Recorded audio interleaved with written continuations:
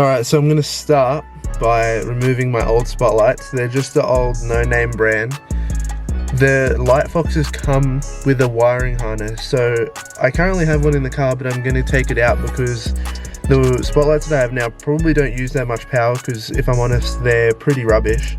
So I'm going to be taking out the old one, putting in the new Lightfox wiring kit, because I have a feeling that the wiring is going to be a bit thicker and better quality, because these spotlights are quite hefty. So I think the new wiring kit will be able to run that a bit better, because if you've got really thin wire running your spotlights, that could either melt the wire or the spotlights just won't work as well because they're not getting enough power. So for starters, let's take out all the old wiring and the old spotties, and then we'll get to installing the new one.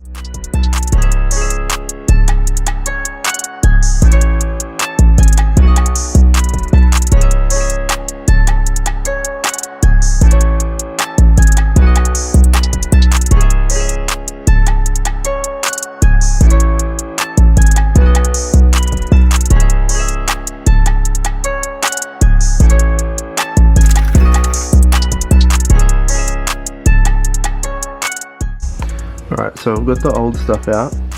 I've started running the new cable in. So I'll put a wiring diagram on the screen. It's very simple. So in the wiring diagram, you'll see it goes from, there's a relay, goes to the battery, which goes to the headlights to check your high beam off and on switch. And then I've got it running through here to this switch which I've just put in. It's very simple to do. It's got like, my car has these like little blank panels. Just got a step drill bit and just drilled in, and then this kind of just went straight in. This was from my old light bar, but that's very simple. So when you flick that off and on, it will still only work with the high beam, but if you've got this off and you turn your high beams on, the spotlights won't turn on. So I usually have this on all the time anyway. And just quickly to run through, so it goes from relay to your battery, which powers it.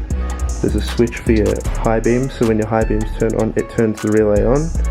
So you got that, and then just the switch, the cable running through. I have it going through, it's a bit hard to see, a hole down there, which then comes through here to the switch.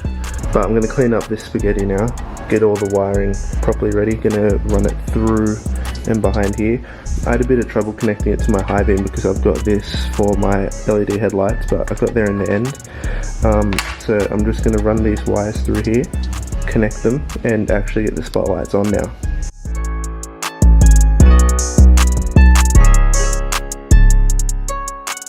Just a comparison, the size difference between this bracket and this little flimsy one is pretty crazy. So this, I'm way more confident in this holding the spotlight. These would always rattle. Like, I went on a dirt road once and then they were pointing up by the end of it. So these I'm very impressed by. So it'll be good to see how they go. I'm going to put these on the spotlights now, so I'll show you how to do that.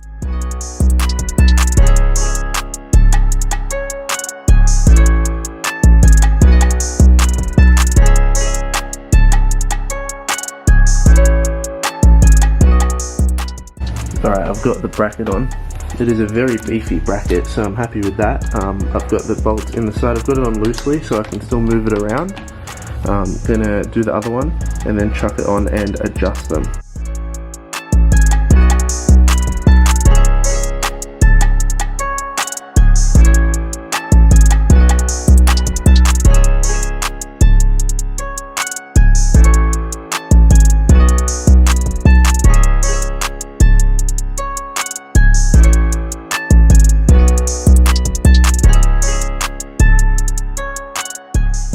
Okay, so the spotlights are all on and working now. It's obviously daytime, so I've kind of loosely just put them on there. They're not straight at all. So tonight I'm going to go out to a back road, straighten them up. I'll show you how they look, do a bit of before and after. I took some before footage of my old spotlights. Then the next after that you'll see will be on Moreton Island. So I'm going to use them throughout the week. We go to Moreton Island a week from today. I'm going to use them throughout the week.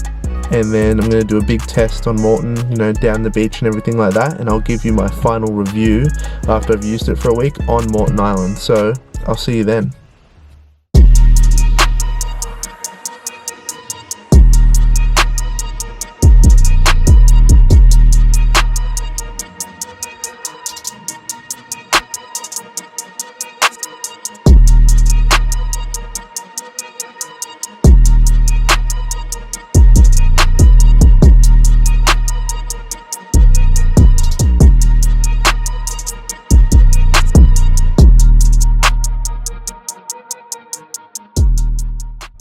spotlights. So I've been using these spotlights for about 2 weeks and they have been awesome. They're more of a spot and a spread compared to what I was used to before, which was more of a spot with the cheaper ones.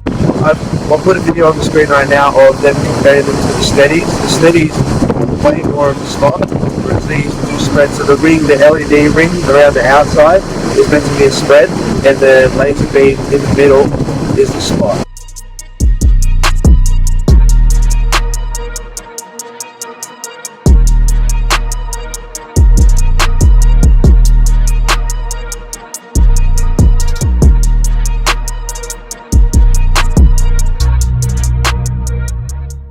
Now, after doing that comparison with the steadies, they're honestly not really comparable because of how different they are.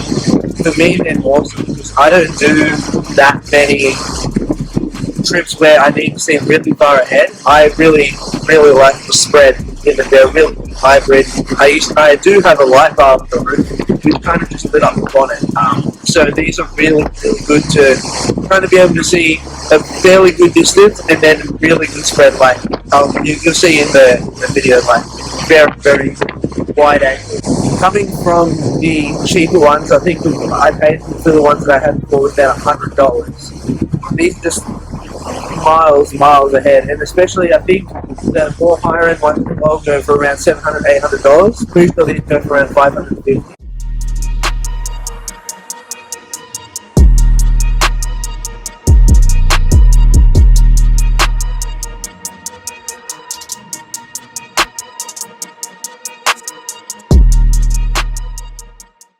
So these are definitely going to be staying on the nav. I love them. They're awesome.